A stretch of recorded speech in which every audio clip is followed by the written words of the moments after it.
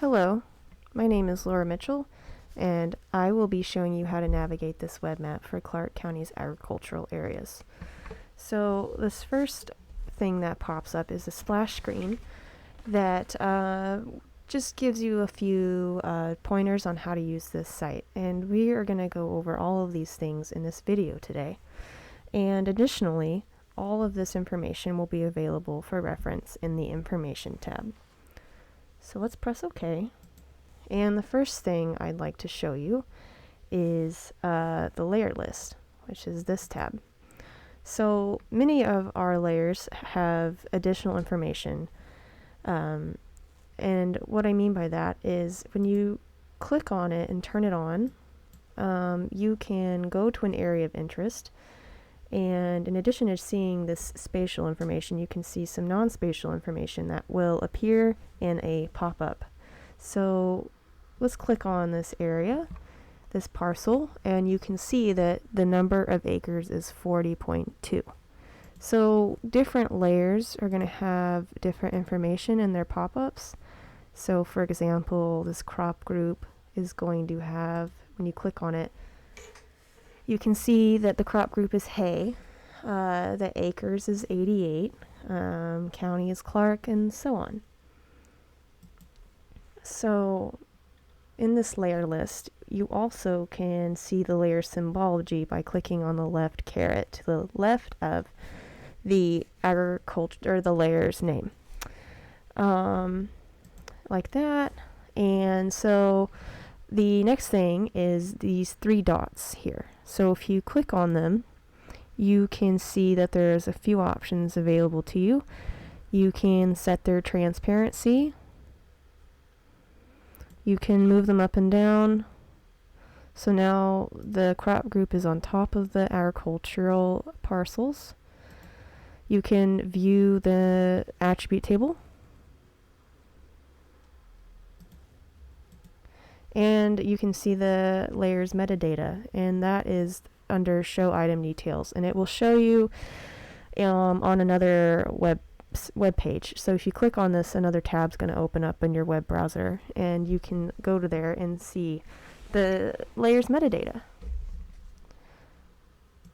So these other few, these density ones, there's 6 of them, and they represent the density of agricultural parcels in the county by the size of the individual parcel. So turn these off. So if you can see, it's a density map. You can not move them up and down, and you don't have a view of their attribute table, but you can set their transparency. And so the density of 5+ means that these ones are only including acre or parcels that are 5 acres and bigger. The same goes for here, all parcels 10 and bigger. So the next thing that I want to show you is the filter tab. So first and foremost, in order to use the filter tab, you need to turn on the layer of whatever filter that you want to do. So let's say that I want to use the agricultural parcels, the filter for that one. You need to make sure in the layer list that it is turned on here. So once you have that done, you go back to your filter, and we're going to go back up to agricultural parcels here. Say that I want to see acres, all parcels that are 10 acres. So before that even will work, you need to turn it on, the filter itself, to see the filter results. You can turn it off, and so the next one is a range. So let's say that I want to see all agricultural parcels that are 20 and 40. Let's turn that result on.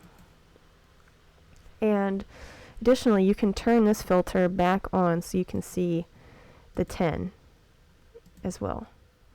And you can see there's the difference. So the other ones where you don't input your own values are ones where the values are already pre-selected and you just pick one. like it's a drop down list. So for farmland class, we're going to go back and turn it on in the layer. We're going to go to filter. And then let's say that I want to do all areas prime farmland. Let's see that one. Let's turn it on. And as you can see, that's the filtered result. Let's turn that back off. And the whole layer is going to be showing. So if you wanted to do multiple filters, you could say, I want to see all agricultural parcels that are, 10 acres. And they're overlaid with this prime farmland. You can see that.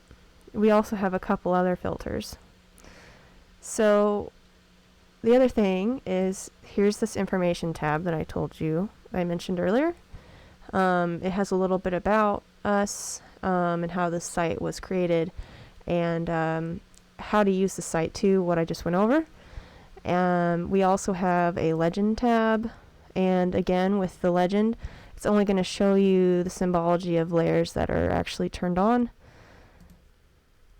So you go back and you can see there's that. And then we also have a print function. So that is it for the web mapping application, and I hope that you found this helpful. Thanks for watching.